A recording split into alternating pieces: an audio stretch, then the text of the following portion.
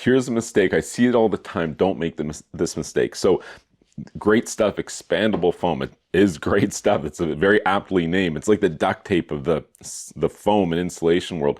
But you know what this is? This is a closed cell foam, and by nature of that, it is a vapor barrier. It does provide a barrier against moisture.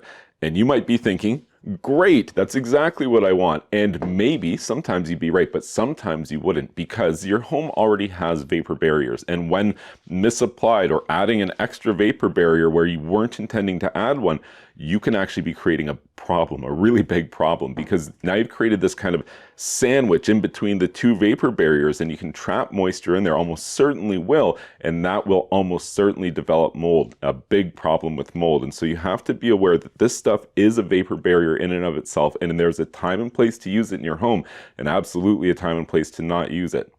Remember, I'm Technically Steve. It'll technically help you if you like this video and subscribe to this YouTube channel. If you do, I'll see you soon.